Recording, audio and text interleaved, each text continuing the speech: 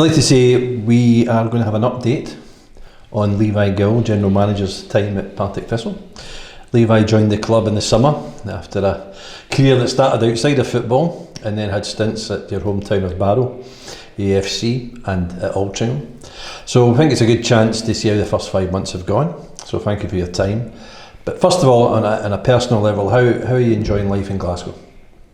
It's good. It's obviously a big change for me. I came up on my own, so a bit of a lifestyle change. I'm really enjoying the city. It's very welcoming. I'm not going home as much as I perhaps expected when there's a bit of downtime, because I'm enjoying being around the city, around the club, and the welcome that I'm getting from people has been really pleasing. It kind of took me off guard, to be honest. It's been a reassuring sign that I've made the right move. On to business. What do you know about Partick Thistle now that you didn't know when you joined during the summer? Oof, lots. Some of it I probably wish I had known. The passion. I knew it was a different club. I knew that it had the potential to be a very big club in Scotland. The energy around it, the enthusiasm. But the more people you meet, the more you are immersed in the culture of the club, in what people want. People want the best for the club. I think one of the main things I've taken away is that what that looks like for different people is very different. Some people want the club to be in the Premiership. I think we all would like the club to be in the Premiership, but for some people that's the guiding principle. Some want it to be more ingrained in the community. Financial stability is very important to some, and they would take that whatever level that meant we had to play at, and you've got a lot of different motives there, a lot of different priorities, and trying to bring them together in a single vision can be challenging. But I'm struck by how many people we have that just want the best for the club in whatever way that looks. There's quite a few plates you need to spin at the time. What progress do you believe you've seen during your time at the club?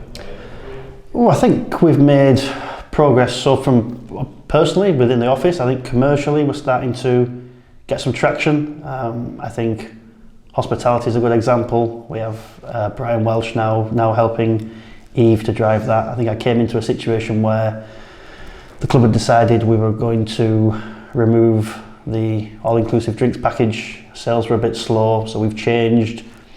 We've obviously made investments in media, which I would claim was progress again. And we're able to market better. We've got a better product, and what we're seeing now is I think 4 games in a row sold out, which is something we need to take into the new year. But commercially, the revenues are coming. That's been progress for me. We've got a shape now to the team. We've got a structure that we've added a couple of bodies in since I came. We're now fit for purpose, I would say. We can always do more, but we're respectful of the budget. I think at the moment we have what we need, just about. And I think what more widely progress, I think the fan groups are aligning with the club. It was good to see the Jags Foundation and the PTFC Trust support Tranche 2, which is now a big step closer to approval. People will have a view on the implications of that for fan ownership. I think that this comes back to the earlier point of people want different things for the club, but we all want to see it do well, and I think by whatever measure we use, having that investment into the club to give us some certainty, to remove cash flow concerns at the end of this season, to now allow us to plan 2, 3, 4 years ahead as opposed to 2, 3, 4 months, has got to be a good thing. I think that's probably the most significant progress. You mentioned different priorities there. There are many different parts of the Partick Thistle family. Have you managed to navigate your way through them all and understand where they're all coming from? I think so. I mean, you can always do more. I've tried to meet with everybody. We engage constantly with different groups. Sometimes we're waiting for people to come back to us with actions. Sometimes we've got actions we've got with other groups that we try to get back as quick as we can. We had the Disabled Supporters Association in last week for a tour of the ground to see where we can make small quality of life adjustments for access, things that we perhaps don't see because we don't live their experiences. It's the same with Proud Jags. We can empathise, but ultimately we need to engage with these groups to get their perspective on a match day. Her Game 2 is another great example of a group that we've started engaging with. We've got a Her Game 2 sponsored match next year in March, to raise profile there. I think there's always more we can do, but I think we're trying to make sure that people have got a route in. I think we've spent a lot of time with the SLO, with Norman, since I started, to try and raise the profile of his role. He's got his social media accounts. He's a sort of an accessible first point of contact, if you like. Things that come into him come to us. And I'd like to think, and partly this is the work of yourself, Craig, and your team, that we are getting, I hope, a reputation for responding to things when they come in. People will have queries, people will have complaints, unfortunately. People will just have day-to-day inquiries. And we're trying to be a lot more responsive. We're trying to get back to people and engage with all fan groups and all sections of the community. One of the approaches we're taking is we respond at the correct time, not the quickest time. Is that a fair summary?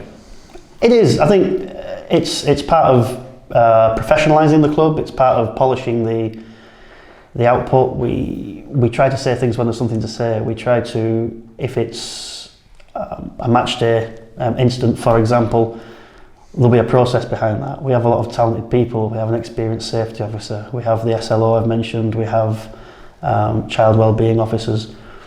There's a process to go through that unfortunately can take some time to get to the right outcome. And I think historically it's been the practice of the club to give updates at stages of that kind of process, but it's not really the right way to do it. We're trying to be measured, we're trying to be controlled. People, as I've said, are always welcome to write in emails for updates. We tend to give information where we can to give updates, but what we're trying to do is, I think you only get one chance to say something for the first time. I think the club has got to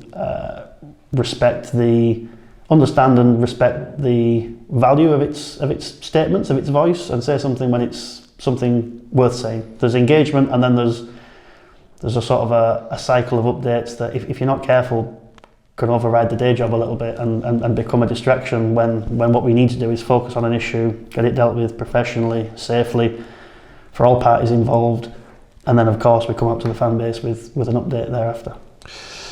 We're in a week where fan behaviour has been very high profile. You've got a major cup final in Scotland this weekend. Where do you see Partick Thistle with that? I think we're seeing across Scottish football at the moment at certain clubs a sort of an escalation in fan behaviours, if you like. I think our club at present is still, for me, at the lower end of those behaviours, certainly from some of the things I've seen, my time in England, I think back to some of the trips I've made with Barrow to clubs and some of the scenes we've seen there versus what we have here are worse, but it's not scale. It's a question of what we want this club to be in isolation. We don't compare to others. We want all groups to feel welcome. We want all groups to feel safe, first and foremost. And we want to deal with behaviours in the stadium where we see them, and that's a universal thing. That goes for the standards of our staff, the service we provide. It goes for unsafe or antisocial behaviour from supporters. We want this to be the best it can be, and if we're getting it right and other clubs are not, then that creates an opportunity where we are giving people a Saturday afternoon that they can come and enjoy. But I think, yes, there is a wider cultural thing, it seems, at the moment, but I think we need to look at ourselves, acknowledge that things here are not as bad as perhaps they are at other clubs, and that's a good thing, but we're not complacent. We want to deal with the problems we do have. We want everyone to feel included. We want everyone to be proud of this club and this badge, and that's what we'll work toward. And traditional time of year to talk about the next year, what are your hopes for 2025 in Partick Thistle? More points on the board. We want to keep making progress. We're in and around the playoffs where we want to be. We just need to keep that position, push on where we can. For ourselves, upstairs, we want to keep in the commercial team improving that professionalism. We want to keep driving forward on revenue. We want to keep engaging with the fans. We've got a lot of, I would say, exciting ideas for the new year. This is now 5 months in for me. a month or two in for yourself, there are some new members of the team that we're bedding in. The commercial team itself is evolving, and some of the plans we've got to announce soon around end of season dinner and different engagement opportunities for the supporters are exciting. I just want to get on with them, I suppose. There's been a period of being reactive to certain things over the last few weeks, and I think now gives us the time to go away for Christmas, enjoy the matches, of course, home and away, and come back in the new year and really drive the club to where we want it to be. Levi, thanks for your time. Thank you.